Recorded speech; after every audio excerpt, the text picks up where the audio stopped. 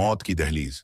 सुनसान गांव के एक किनारे, जहां अंधेरा अपनी चरम सीमा पर होता था, एक पुरानी हवेली खड़ी थी। इस हवेली के बारे में कई भयानक कहानियां प्रचलित थीं। कहते थे कि वहां हर अमावस्या की रात कुछ अजीब घटता था। गांव वालों का मानना था कि वहां मौत की छाया रहती है। राघव, जो कि एक शहरी युवक था, अपनी पत्रकारिता के जुनून में उस गांव में आया। वह इस हवेली की सच्चाई जानने के लिए आतुर था।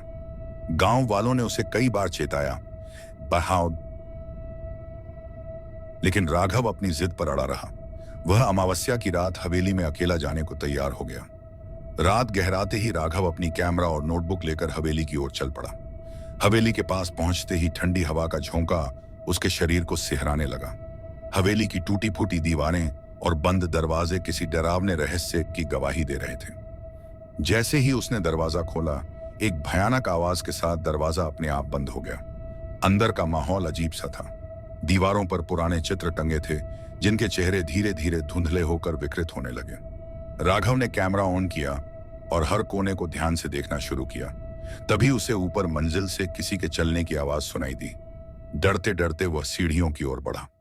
ऊपर का कमरा अंधेरे में डूबा था। उसने टॉर्च जलाकर देखा तो एक पुराना झूला धीरे धीरे हिल रहा था, जबकि वहां हवा का नामो निशान नहीं था। राघव ने झूले के पास जाकर उसे रोकने की कोशिश की, लेकिन झूला उसकी आंखों के सामने अपने आप तेजी से हिलने लगा। तभी एक ठंडी आहट ने उसे पीछे मुड़ने पर मजबूर कर दिया। पीछे एक साया खड़ा था, लंबा, काला और बिना चेहरा। वह साया धीरे धीरे उसकी ओर बढ़ने लगा। राघव घबराकर पीछे हटने लगा, लेकिन उसके पैर जमे हुए थे।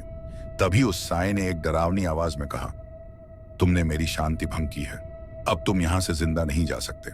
राघव ने खुद को संभालने की कोशिश की और नीचे भागने लगा, लेकिन जब उसने सीढ़ियों की ओर देखा तो वहां खून से सने हाथों के निशान दिखाई दिए। हर कदम पर उसकी धड़कनें तेज हो रही थीं। वह किसी तरह दरवाजे तक पहुंचा और उसे खोलने की कोशिश की, लेकिन दरवाजा जाम हो चुका था। अचानक कमरे की दीवारों से खून बहने लगा और हवेली गूंजने लगी भूतिया हंसी से। राघव ने कैमरा फेंक दिया और खिड़की से कूदने की कोशिश की। जैसे ही वह खिड़की के पास पहुंचा,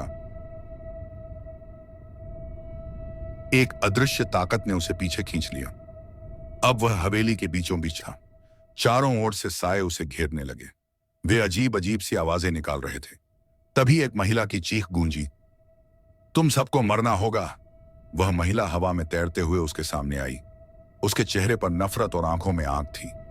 राघव चीखने लगा, मुझे छोड़ दो, मैंने तुम्हारा क्या बिगाड़ा है? महिला ने कहा, तुमने उस जगह कदम रखा है जहां इंसानों की इजाजत नहीं। राघव ने अपना जीवन बचाने के लिए माफी मांगी, लेकिन सब बेकार था। महिला ने अपने हाथ हवा में उठाए और पूरा कमरा जलने लगा। राघव ने आखिरी बार दरवाजे की ओर देखा, लेकिन मौत उसकी ओर बढ़ चुकी थी। अगली सुबह गांव वालों को हवेली के पास राघव की जली हुई लाश मिली। उसके चेहरे पर गहरी डरावनी चीख की छाप थी। उस दिन से गांव वालों ने हवेली की ओर देखना भी बंद कर दिया। कहते हैं उस रात राघव की आत्मा भी उसी हवेली का हिस्सा बन गई। अब वहां हर अमावस्या की रात न केवल मौत का खेल होता है, बल्कि राघव की चीखें भी हवेली के अंदर गूंजती हैं।